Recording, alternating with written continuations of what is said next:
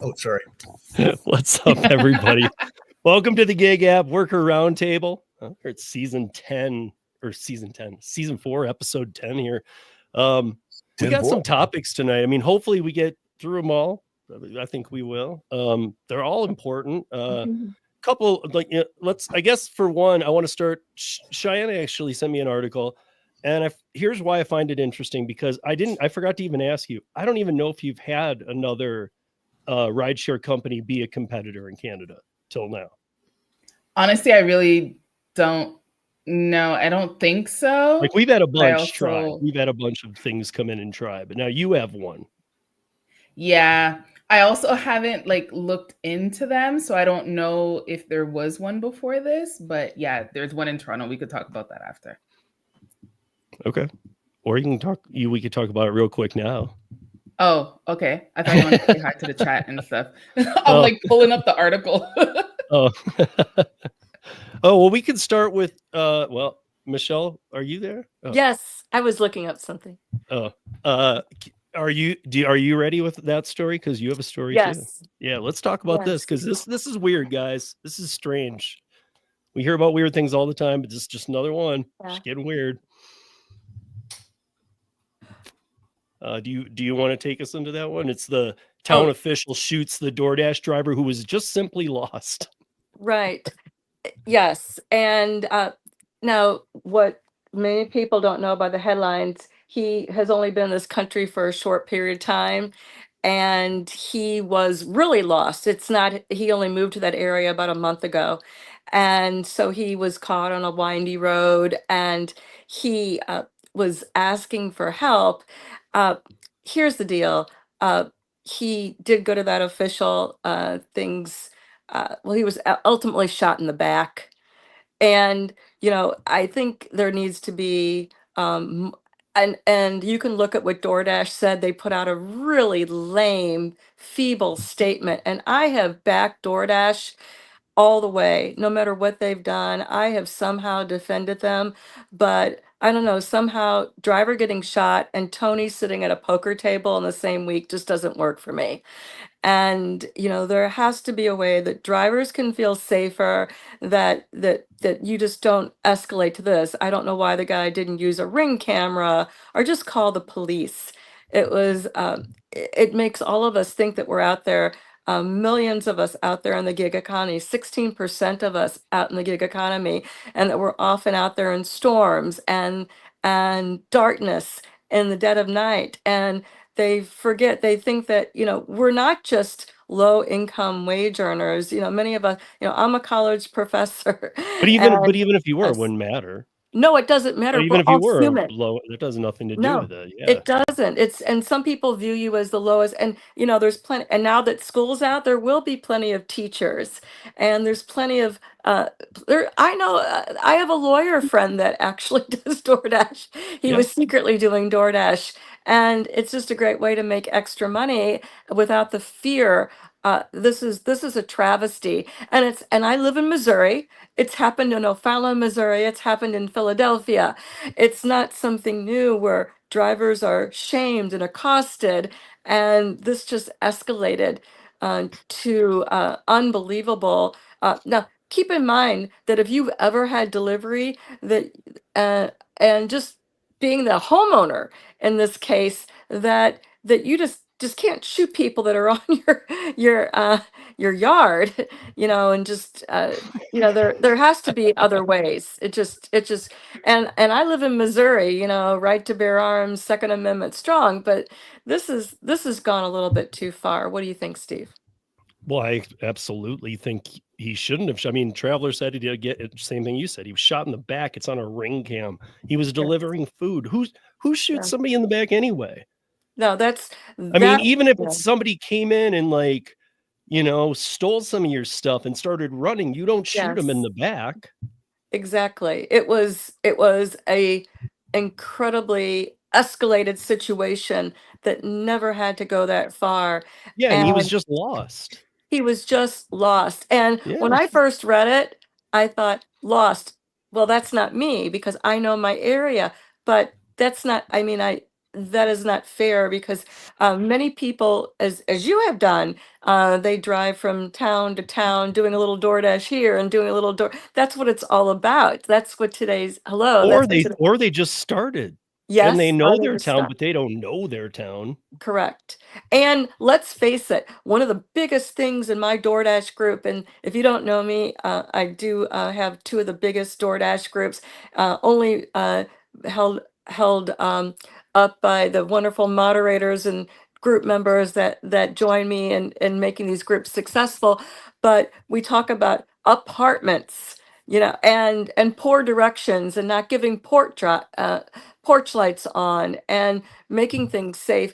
As I go into multi-million-dollar neighborhoods, even this week, I want to say, it's really not fair. I'm a senior now. You're a senior over 50, and it doesn't matter. But you have your hose laying over your, everywhere. Like I could trip on that I am.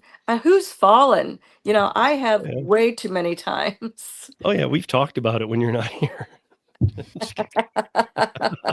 I know. Oh, really? Like off camera, you guys. Like when Michelle and I talk on the phone, she's even told me things I haven't ever said on here. I mean, she's just fallen sometimes.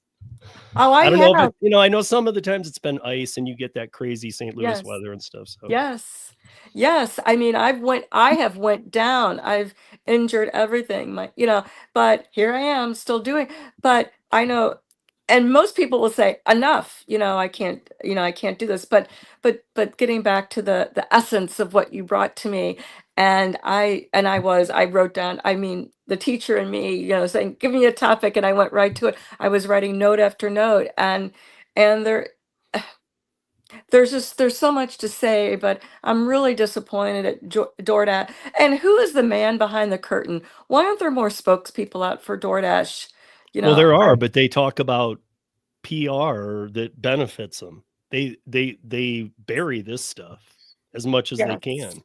Yes. Well, I have tried to talk to them about safety before. I've hit the button before one time when I was and nobody answered. So there is a button. They've tried to implement security, but that's another problem. This guy, I believe he was having phone problems, very common. And that is in the article that we read, that he was having phone. And that's very common for drivers to be out and they don't have a charger or they don't have cell service in an area. It's technology. 100%. Yeah. Yeah, I'm not, these stories happen all the time, but to hear he was a city official. Yes. I mean, and not like that makes it that much worse, but to me, it just made it like, man, you're supposed to be extra careful. Not that everybody shouldn't, but you're supposed to be extra careful. Yes, you are held to a higher standard, and you should fulfill that standard. And you just don't go, there's somebody at your door. It could have been Girl Scout cookies. You just think people come to your door, and just because he might have been an immigrant from someplace, he might look different than you. It doesn't mean that this is where it has to go.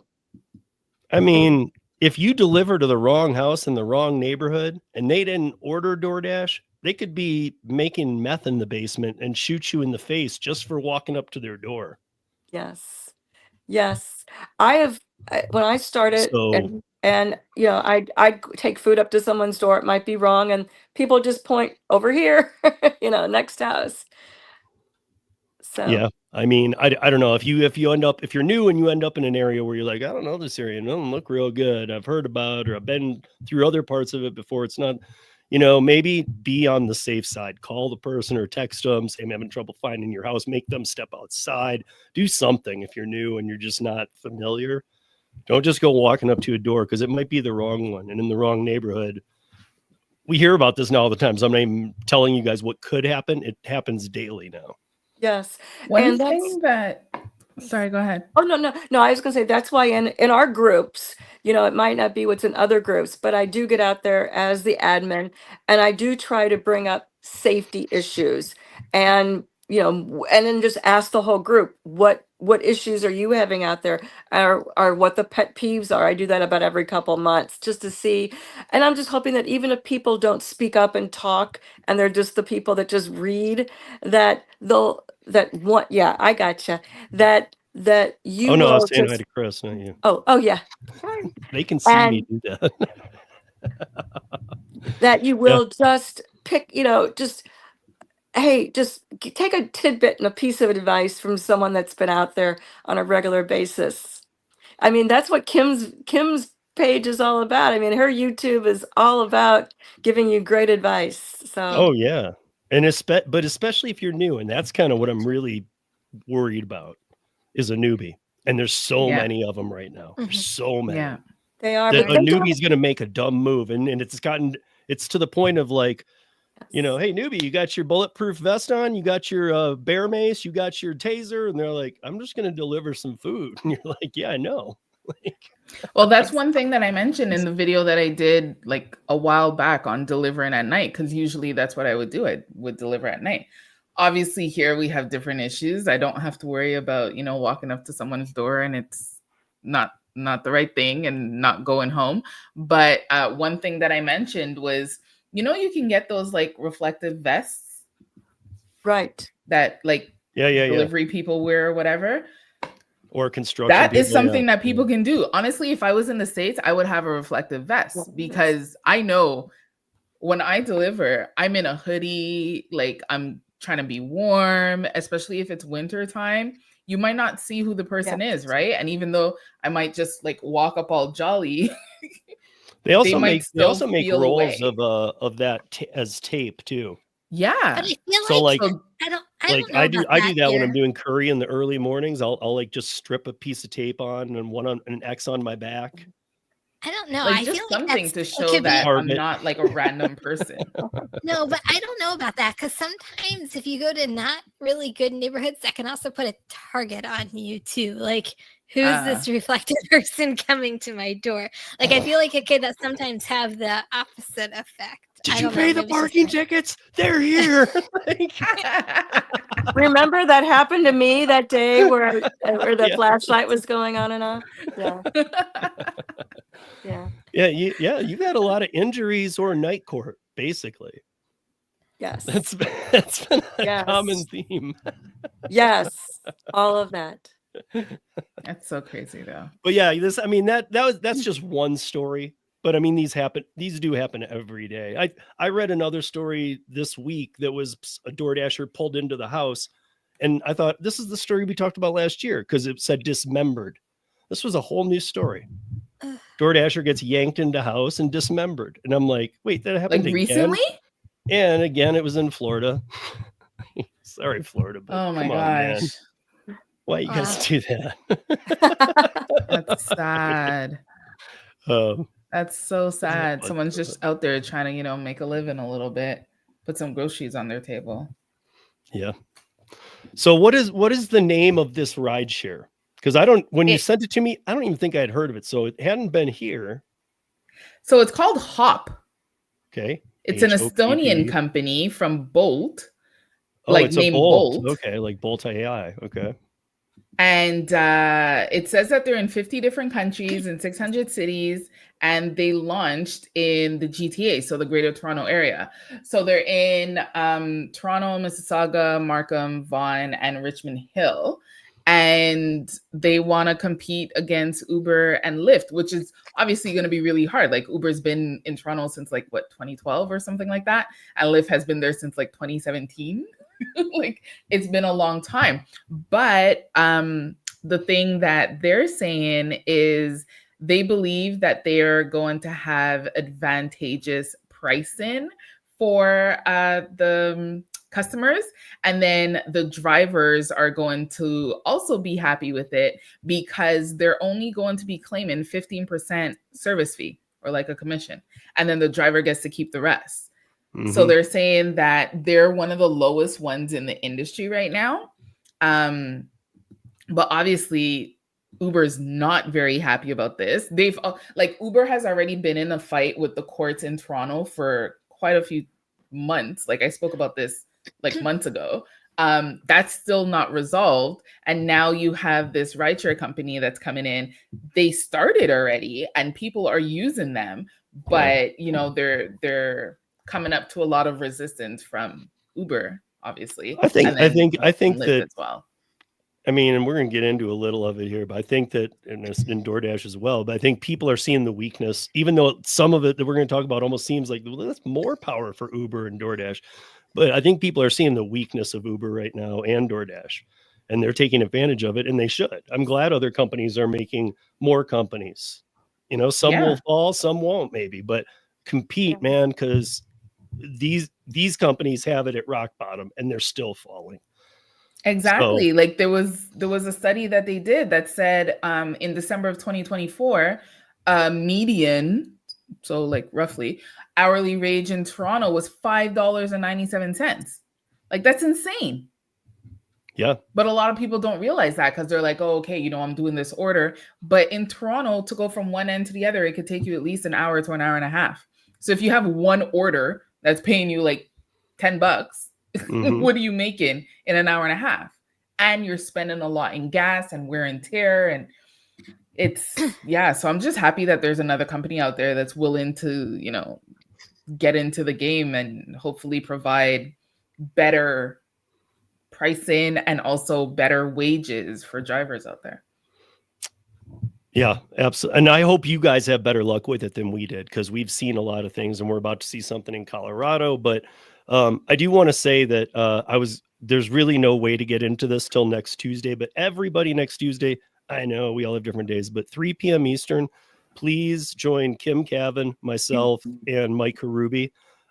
New Jersey versus independent contractors. I know Kim's going to be watching, and all of you guys should, because Kim Cavan has it all down. They fought this 4 years ago. She wrote an article on it. It's called Worse Than AB5.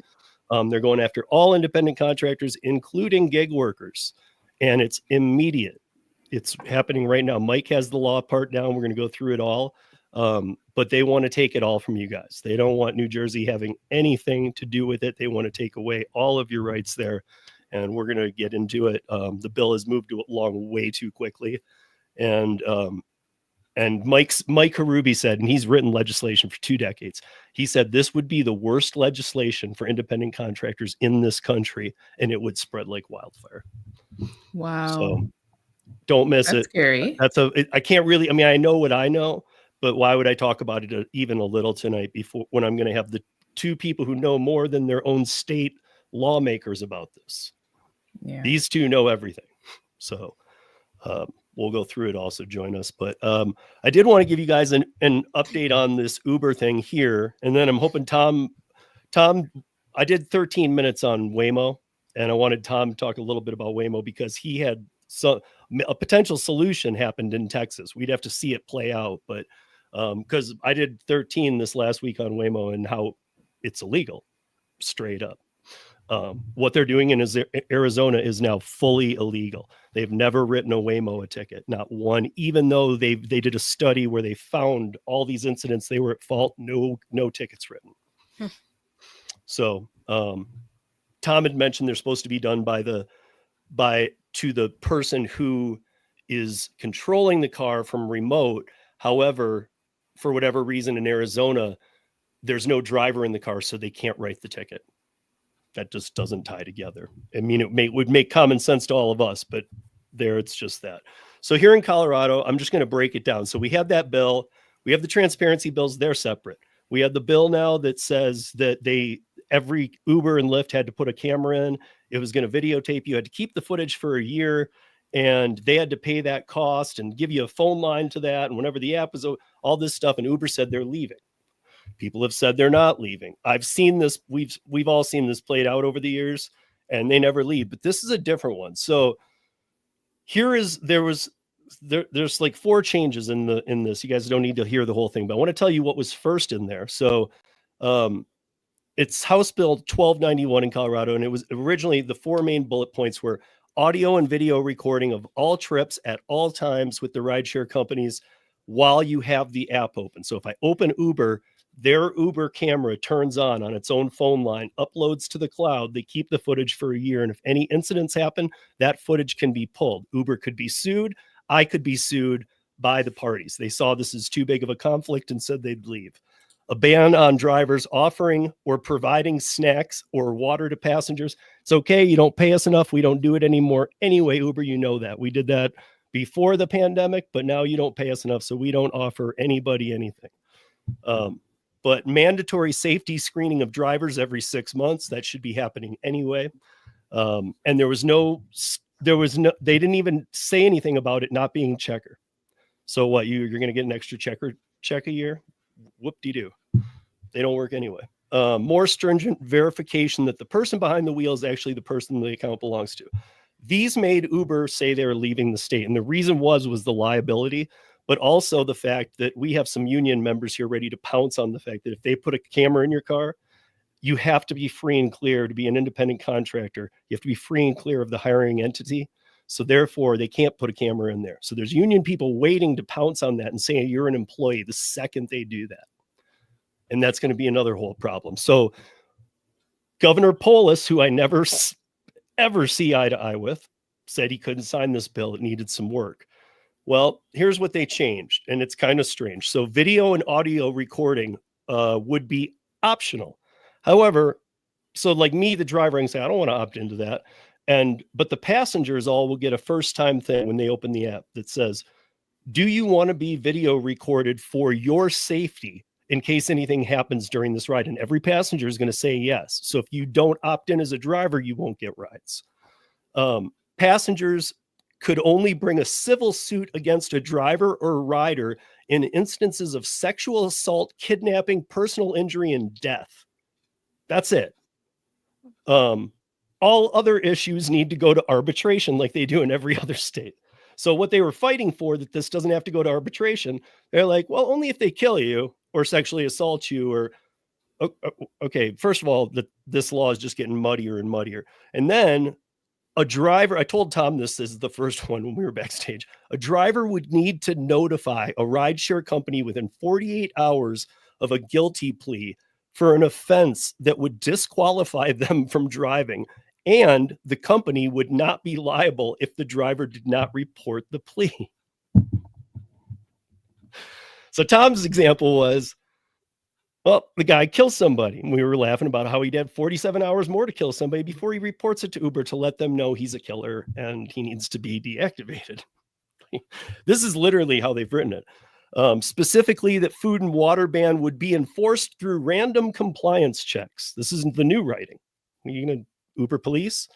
Companies could remove driver, and this is the weird one, companies could remove driver ratings and reviews they believed were bias motivated.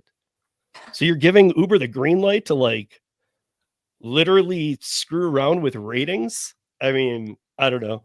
To me, Uber has seen this. Our Senate has shut down for the season. They had their final floor meeting. This came up and they passed it. It is now in the hands of Governor Polis. If he signs it, it's law and Uber's leaving. We will see. Wow. But I wanted to bring you guys up to date with that at least, because that's what's going on here. And then we had, I just want to roll through this while we're here, and then hopefully Tom can talk a little bit of Waymo, and then we're going to get into DoorDash here on the end, because DoorDash is another problem. But DoorDash and Uber both had their quarterly earnings. So Uber's as messy as can be. They always at the end of a quarter, they buy companies, they do things. They don't even have the money to do it. And when they buy these companies, they're doing it as agreements. I mean, what I'm about to say to you guys, Uber acquires Pony AI, a Chinese autonomous company, and it is now their 7th autonomous purchase. Guess how many they own? Do they still own 7? They own 1. They own Pony. Every other one they've bought, they've sold. They do this to screw around with their balance sheets. All the reason they do it. Uber CEO said this week that he was removing perks of employees, W-2 employees for Uber, and literally put out a statement that if they don't like it, they can leave. That's his public statement. That's Derek Khosrowshahi's public statement. If you don't like it, leave. And that's to their employees. Their Q1 report was crap. They're still suing DoorDash. DoorDash and Uber both came in under. They're trying to bloat it, but I mean, like, even on Tuesday after the earnings report came out, DoorDash lost another 8% when it closed that day. It's just tanking. But so there's Uber is suing DoorDash. Uber One is being sued for illegally charging people for the service, the monthly service that they didn't want, whether they opted in or not. Everybody got charged for a while, or a lot of people. There is still a RICO case, which has much advanced on Uber and now includes DoorDash. This is going on. I watched a good interviewer talk to Dara for 10 minutes about this stuff, and he even brought up the RICO case, which was acknowledged. He said, yes, we have a problem we are facing down there. It's bigger than a problem, guy. It's a RICO case. And so rides are down, food's down, revenue's down. And customer charges are at their all-time high. Driver pays at its all-time low. Mm-hmm. And that's Uber's quarterly report. They are doing crappy. So, Tom, you saw the 13 on Waymo. You saw what I was talking about, this craziness in Arizona. What happened? Because I see that they're going to be launching a lot or trying to in Texas. Okay, so it's not just craziness in Arizona; it's craziness all over the place. So on April the 25th, so that was what, a week ago, 2 weeks ago, the government, the federal government, has relaxed everything around testing AV and reporting. Remember, Steve, we talked about this a while back, that from now, well, at some point in the last 2 years, maybe 3, if there was any accident that involved having to tow a car, the Waymo or whoever was testing their vehicles, because obviously it's not completely available everywhere. If anybody who's doing any kind of testing had 24 hours to report it to the government and explain exactly what went wrong and all this kind of stuff. And if they didn't, they were in all this trouble. Yep. All that got wiped off the books last week by the federal government. There are the more cynical people are saying this is a way of saying thank you to Musk for all of his work with Doge. I don't know if that's true or not, but anyway, the federal government is now saying they're not near as concerned about issues around Waymo and others, which has led many states to also lower their guard and other states to up their guard.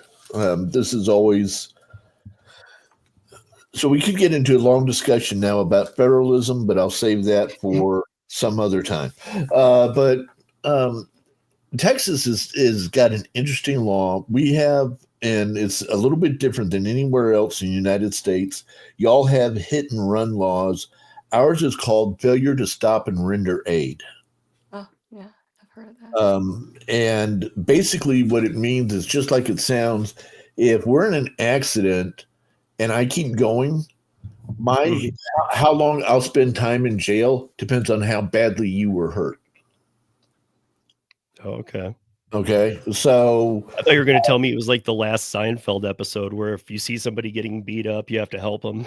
Well, that's interesting, because that is part of the way that this law sometimes gets, and that's what Seinfeld was making fun of, is this law is sometimes used for that.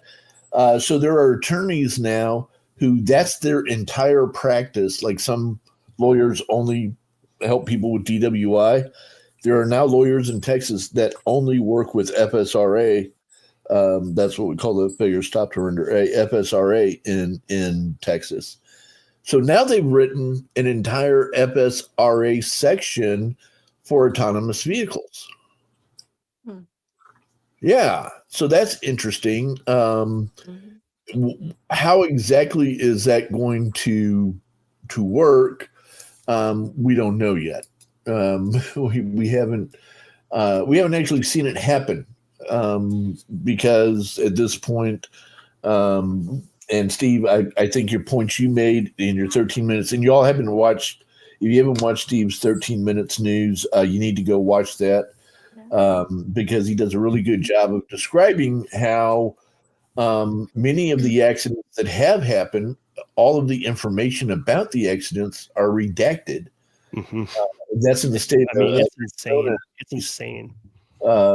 In Texas, Waymo is just gotten started, but it was just announced. Aurora has actually been working for the last couple of weeks, and Aurora is the truck company. And they're going to. I live. Well, let me back up one step. There is only one interstate in the United States that is not an interstate. That is, it doesn't go into another city. That isn't a spur or loop, and that's I-45 that runs between essentially my house and Dallas. I live at exit 21. Exit 1 is Galveston, and then it runs all the way up into Dallas. Starting now, next week, sometime very, very soon, Aurora will be running trucks on I-45 between Dallas and Houston. Apparently, they've already been doing it between Dallas and El Paso. But what bothers me is when we look at some of this stuff, Steve, is they say things that don't make sense. That you go, they just don't pass the smell test. So they say Aurora has done 1,200 miles. Yeah. Okay, all the way across the state of Texas from one side to the other is 871 miles.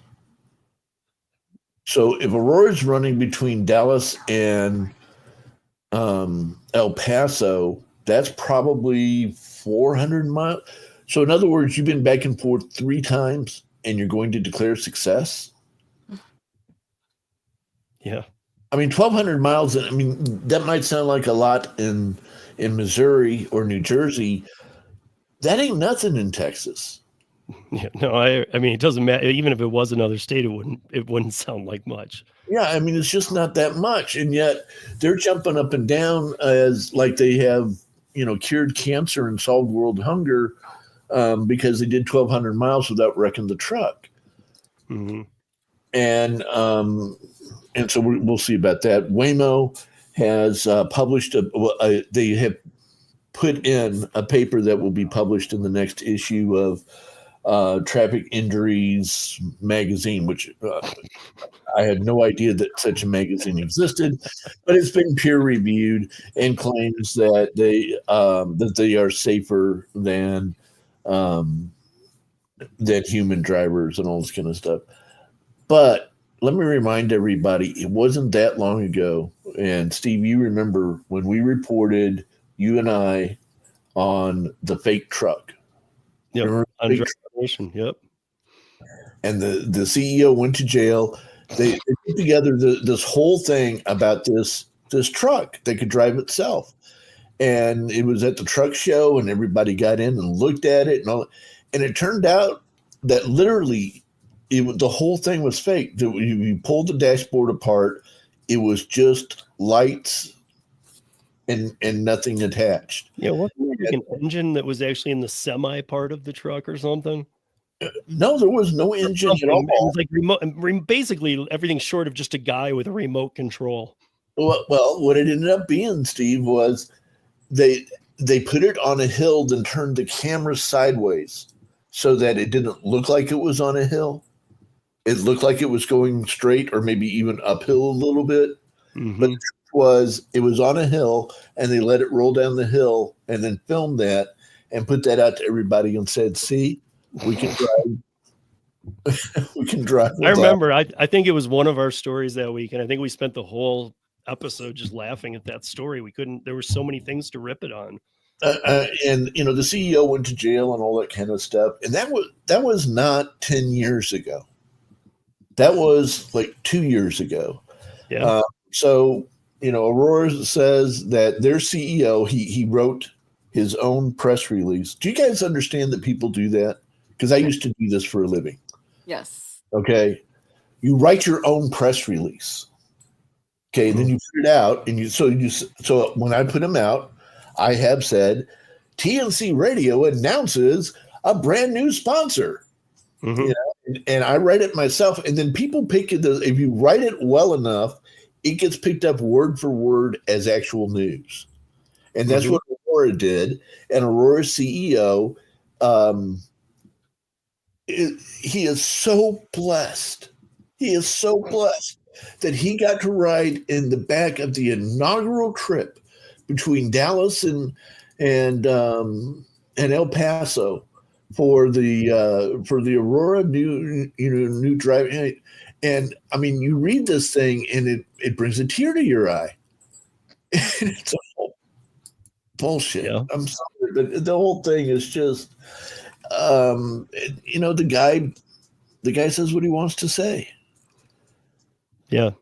I mean, it's to those of you that didn't, probably everybody who didn't hear that conversation, how many of you would think that a third party would come on to that scene and like go, yep, they got all the autonomous equipment here in place before it ever even did anything? I mean, just you're a multi-million-dollar investor and you're just out there going, wow, but you don't need to see anything. Or have a team look at it and go, is there anything in there, or did they just roll it down a hill? Yeah, I don't know. If I was a multimillionaire investing in these type projects, I would have my own team there as just me, the investor, saying, "Can you go over there and see if there's an engine in it?" I mean, think how much more. Okay, so this is riding in the backseat of our inaugural trip was an honor of a lifetime.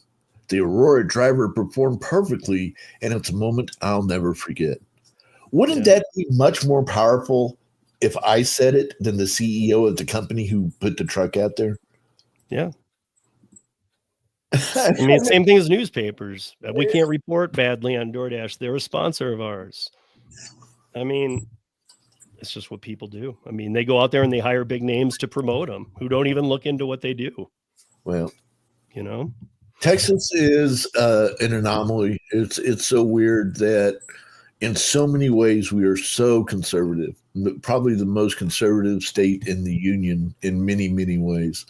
But when it comes to autonomous vehicles, we're just way, way forward. And it's like, yeah, let's go. We're so progressive and everybody can try whatever. So now we're going to drive, Aurora's going to drive autonomous trucks between Dallas and Houston, right down I-45, which, by the way, if you go look up, the federal government names I-45 is, I think, the third or fourth most dangerous highway in America. Yeah. I mean, it's insane. It's insane. I can't, in a way, I can't wait to see what's going to happen, but it's also going to be really tragic. Yeah. And I go back. It's just with the autonomous, I don't want to feel like I can't wait to see what happens, even though I can't, I'm right there with you. I feel that way when Uber's going to leave a state or a city, but this is a little different. This is like, I can't wait to see what happens. Well, they're going to kill a bunch of people. So what's going to happen? Well, so go back to what my wife said that time. We all know how this story is going to end. Mm-hmm. We all know how this story is going to end. One thing I want to add in, Steve, real quick, because it did impact all the Uber, DoorDash, and every other gig worker driver in Houston the other day. Somebody sabotaged Xfinity, and they cut the fiber in multiple places all around Houston at the same time. Ooh. So it was multiple people involved. I call it sabotage, not vandalism, because I think they were actually trying to hurt people. And so what happened to me was where Uber told me to go was nowhere close to the address that was in Uber. I mean, the GPS, all the GPS was messed up. The Houston port had to close down, all this kind of stuff. And what I find really surprising is this has not really made the news outside of Houston. I mean, I know the Pope died and all that other kind of stuff that's going on the last few days, but I don't know if you all heard the story or not. I mean, I think this is a big fripping deal because when Xfinity went down, it just snowballed across the entire telecommunications system. Everything went down.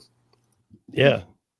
And even Xfinity and AT&T, they, even under hatred, they have some agreements where they lend a certain amount of towers to help bring them back up, so that affects them another too. And so I don't use Xfinity at all anymore. I only use T-Mobile, and my T-Mobile just ground to a halt. Couldn't watch TV, couldn't go Uber. I couldn't do anything for several hours.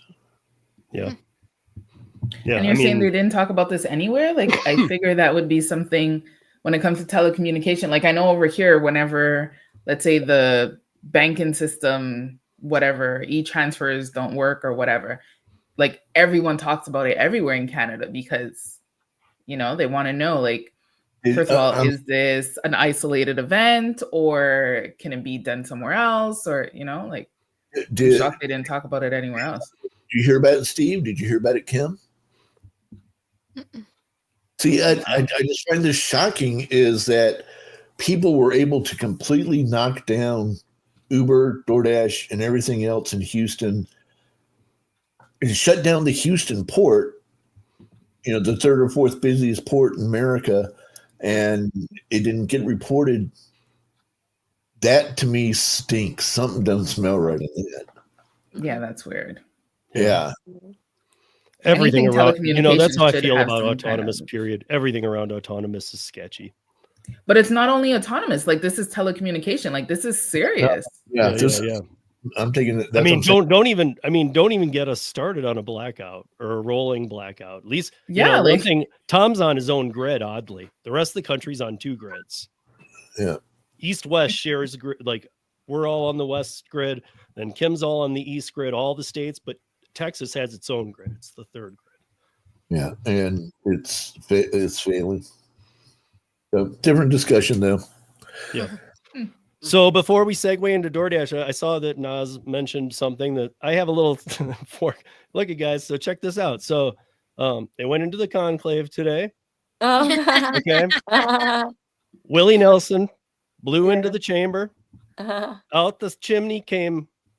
And we have an American Pope from Chicago, who is, I think, from Peru or somewhere else.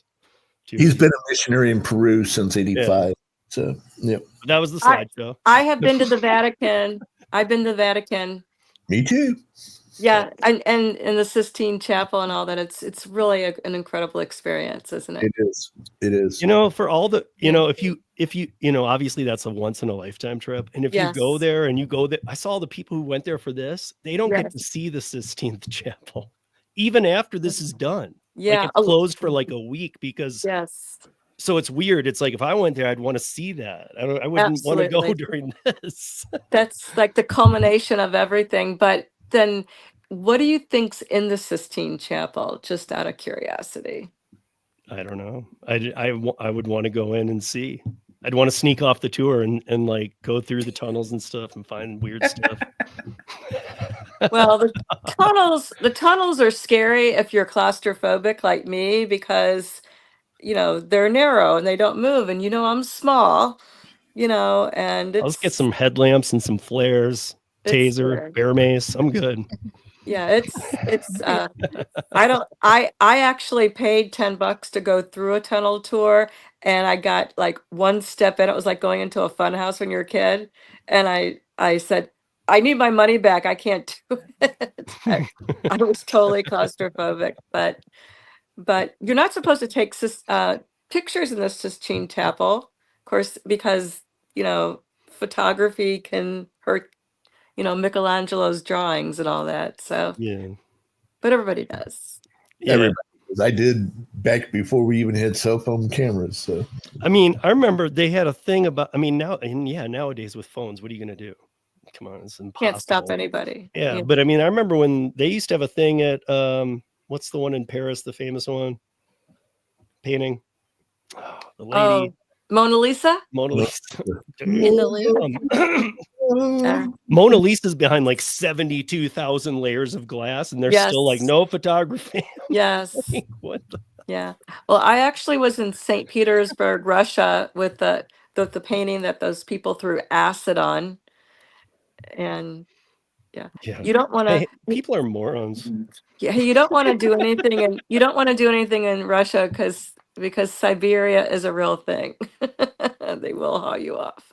No, I would even, you better be paid a lot of money or have some really experienced handlers in Russia if you ever do go there. Don't just go there. Oh, well, let me just tell you, there's only, You well, idiot. I was in Russia in 2016, 17, and I'm not even sure if Americans can get in right now. I don't know. Maybe not. But if you are a tourist, there's only 6 touring companies that are licensed, and you have to remain with them. You cannot be alone. Wow. Yeah, you can't, an American or anybody, you can't just wander around Russia by yourself. You have to be with somebody. Understandably. Yeah. So Yeah. here we go into DoorDash, you guys. Kim did a video on it today. Yeah. And she slashed them good.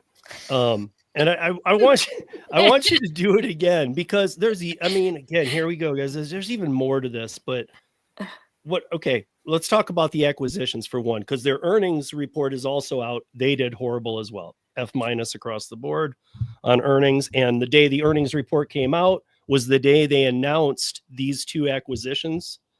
And that day they wanted to announce it Tuesday, the same day as the earnings, before Wednesday trading. And it still went down another 8% after they announced it. But again, Kim will tell you the amounts or around the amounts anyway, and they don't have that money. So again, when they buy these companies, you guys need to realize they're just making an agreement. It could be broke tomorrow and they pay a prorated rate of $1. So these acquisitions are weird. Like I always said with Yellow Cab and the cabbies and Uber, okay, they're just going to work with you until they've robbed your data, which is what they did. And every time they did that, they just took all the city data the cab company had, said they'd help them out, and then they left them. So there's never a gain to going in with these companies. If I was a big company like Deliveroo, who you'll mention, I would have demanded a cash sale, because a year prior, Uber, they were going to do a deal for $1 billion less than what DoorDash paid. And Uber said they had already maxed out the market, that they wouldn't be growing any further, and that they couldn't even afford that $1 billion less. Now in comes DoorDash, and what do you got, Kim? Well, those of you if you don't know what's happening, so a couple weeks ago, they tried to acquire, or they're trying to acquire, they're in the process of acquiring Deliveroo for $3.9 billion. So then yesterday, I think it was yesterday, they announced that they wanted to buy I forgot the name of the company that quickly. Seven rooms. 7 rooms. It is like a restaurant booking. It says it's a hospitality tech firm. It's a customer face type of thing. So it more benefits the restaurant for $1.2 billion. So total in a couple of weeks that they want to spend is like $5 billion.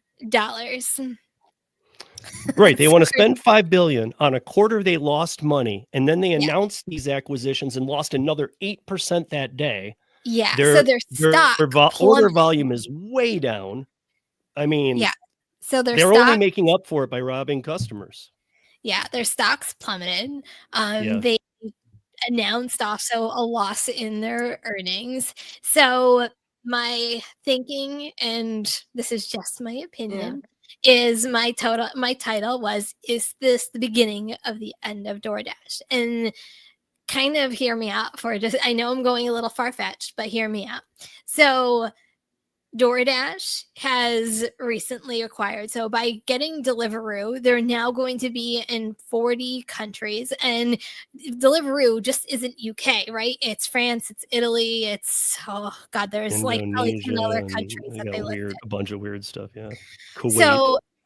So you have these millions of dollars of lawsuits going on, and it's not just a couple states. I'm pretty sure that now every state is aware of all the dealings of DoorDash. So I'm pretty sure they're going to be getting slapped with lawsuits even more for lost wages.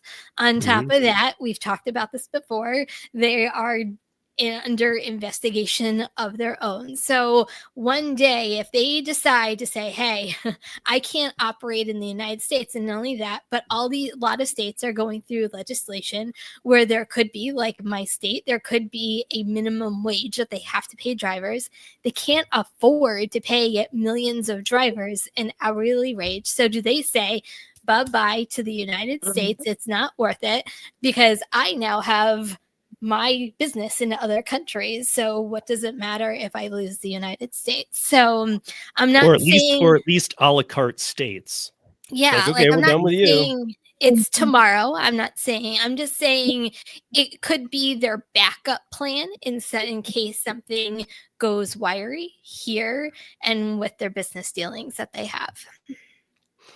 But all they're doing is trying to be like Uber, and Uber has found nothing but pain in these acquisitions. They buy them, they sell them, they lose. They're trying to dominate more, right? I called it world dominance. Like they're trying to dominate even more of the market share that they already have, but at what cost? I mean, and this was also what I said, like as drivers, we should be honestly, seriously pissed off because they just spent $5 billion and we get paid $2 base pay to go 10 miles. Like it boggles my mind that there are so many problems that they have on their app, illegal accounts, bad base pay. Do they really care about their drivers? And then they spend $5 billion. Yeah. And they lost money. Then they lost more money. Investors are pissed. And it did not help that. And I was laughing with Tom earlier today. It did not help that after years of lying, and we've talked to you guys about this, the autonomous lie, it's next year, 2022, flying cars, 2023, autonomous vehicles, 2024, 2025. Derek Khosrowshahi came out a couple weeks back and said that 80% of the food delivery will be done by those neuro or whatever robots. There's a couple different kinds, but those little cooler on wheels, 80% of deliveries will be done by them in 2040. Now, for years, he said the next year is autonomous cars. Well, that would put autonomous cars about 2080, which we've always known. But I mean, they're saying 15 years more before we even get to 80% autonomous on delivery robots. And this is where it all ties together because Uber there's been a lot of Uber investors pushing for this hard. In fact, it got over 6% of their investors, which is a lot, demanding something. They're demanding more information on how much drivers are paid because all they see are like your P&L statements. They see at the end, like here's what we made, here's gross revenues, here's what here's what we paid drivers. Now they want to know, well, how many drivers in each city? Are they making enough to make a living wage since autonomous is not real? Now the investors are onto it and they want to know and they want more breakdown because they know if the drivers can't make a living wage, we can't make money with this company. Well, my thing with this also is, did they know or were they thinking about Deliveroo even a year and a half ago, right? These things just don't happen overnight. We hear it in the media, but these things take planning, right? It first starts as an idea and then it gets into, the thought process and execution. Like it takes a long time for a lot of these deals to happen, right? So think about a year and a half ago, where were we, right? Every one of us lost 75 cents off of our base pay, some less, some more. So take that from every single driver on every single order. And imagine that you now spend $5 billion at the expense of drivers taking a pay cut. $5 billion that you don't have. $5 billion on credit. This is all on credit. This company doesn't even. No. I mean, I'm not just picking on them either. It's all of them, you guys. It's ridiculous. They are cloud-based switch services that think they have asset values. They have no asset values. We're the asset values. Yeah, I think it's one of the greatest. Okay. No, I'm just gonna say we're the people that make their company run, but yet they're not investing in the people that without them they wouldn't be able to exist as a company. I think that's my biggest issue I have with all of this is invest in what's making your company run, and that's the people, not acquiring other companies and spending $5 billion. Yeah. I mean, I think they're also just hitting a reality of, oh crap, we're never ever going to see delivery orders ever where they were 2 years ago. Oh, no. I know, but they've known it. They've got the metrics. But now they're like, we'll raise the customer price, take away from the driver. But now even that's got skimmed so thin they can't do it anymore. And it's still losing them money now. Now it's seen, and now people get it. And for anybody thinking, well, no, I'm just waiting for it to come back around. It's never coming back around. No. Rideshare will get back to a point and it'll steady up, but delivery will never come back around. It'll do what it does and it'll be around, but I expect some worse changes to come than already have. And we all know that as they get in trouble in other states, they're going to take it out on every state. So, when we do this thing next Tuesday, 3 p.m. Eastern, when we do this, you guys realize that's not just Kim State. Kim State's being used as a model for a lot of states right now. What happens there? Okay, guys. So 52 weeks in a year. I had to write this all down. 3 years is 156 weeks. Plus the last 10 weeks that we called season 4, 10 episodes, equals 166 weeks. Of those weeks, we have done 158 roundtables. So out of all the weeks, we've missed, what is it, 6? Or no, 8. So we've missed 8. But those all were holiday bonus episodes and things. So literally, if I wasn't here... What's that? You got one extra because you've got leap year too. Okay. If that helped, I don't know. It gave you an extra day actually. Yeah. But so, yeah, I mean, that's just on weeks. So meaning in my book, and I know in Kim's, we never missed a Thursday. Never missed a Thursday. And because even we would plan it. It wasn't just like, oh, we can't show up, we'll put this up. It would be a holiday thing. And it'd be like, we're going to do this for the holiday. We always had this planned out. So tonight is episode 10 of season 4. And we're going to take a little bit of a pause until September. Be back. And here's why. I initially said to Kim, and then I told these guys as well, that until Max goes to college, I really need to have nights off to have with him whenever he's available, because he has his own thing and I want as much time with my son until then. I'm going to be doing some day stuff. As I always do, I got the podcast, but I'm going to be doing some other shows in the middle of my day. So I'll work, and then I'm going to do like a couple podcasts through the week, like Beyond the Algorithm. Hannibal started it with me last week. And I got Last Mile and one other project, and the Monday podcast, but those will be like in the day. Evenings, maybe a sporadic something, but lives in the evenings. I'm just going to, through the summer, I'm going to spend it with my son. I've been raising him alone for years. I'm not only a co-parent, I am a single dad. And I'm going to really miss this guy. Like, I'm going to get into tears about missing all you guys too for a few months, but I'm going to get into tears about missing him and all this stuff. So, but Thursdays have become a part of my weekly routine, just as they have for Kim and all the people that have helped us. I want to thank all of the chat and everybody who's helped us and been involved the whole way, participated, got into the chat, talked to us, brought up topics where we even jumped tracks and talked about what you were talking about, and making all this possible. So to all the guest panelists we have had, and to all the regulars, Cheyenne, Tom, Michelle, Gary, Hannibal, John, and of course, the one and only Kim, or as I call her, Kim. So... But I wanted you to know we love you all. It's nothing weird. It's a pause. I'm going to be spending some evenings with my son whenever possible. I know that Kim is probably going to use this time for some family as well too. It's hard though. We've been doing this for over 3 years straight. And you guys are like family too. I mean, like, people aren't here every week necessarily, but some of you are. And it's just that time. I need to do this for my son. And I think it's a healthy break too. But again, I'm going to be putting out tons of content. In fact, like what you saw last week for me, and Kim's still going to be putting out her content. And Kim and I might have some other things going on too. So just stay tuned. It's not a loss. It's just a pause. Is that a good way to put it? Yeah, well, I think that's a good way of putting it.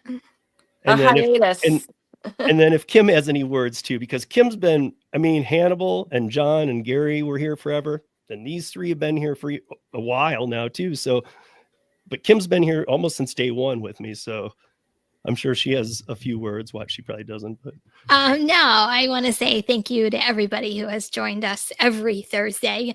All of our loyal people who tune in and chat it up with us, even though I know we sometimes go on our own tangents. You know, this is, I've been working, obviously it's family time because my daughter is going to be out of school until obviously September. So it is definitely family time, but I've just been concentrating so much on growing my own business. So this is actually a good, I mean, Kim's Side Money Plans isn't my only channel.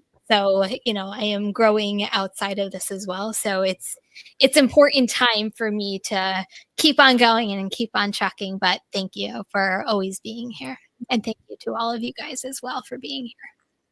Yeah, I mean, and to these guys too, for Kim and I, give it up for all these guys too, like Tom and Cheyenne. And I mean, even all of us are here, even on those bad nights, you know. And I know it helps you guys. Some of you guys might have had a bad day and you're joining us, and one of us up here had a bad day every week, guarantee it. One of us had a bad day every week. So that each week, one of us had a bad day when we come on here live. Something we work DoorDash. like we always have bad days. So I'm just kidding. Right. My point is, we're right there with you, and this has been a very good conversation. And who knows? You know, it will mean coming back even stronger though, because think of what'll build up between now and then. So, with that, that's a wrap for season 4. Season 5 returns in September. Thank you everyone for watching. You all are the best. And until next time, be safe, earn smart, and kindness is always free. Always free, you guys. Have a good summer. Bye-bye.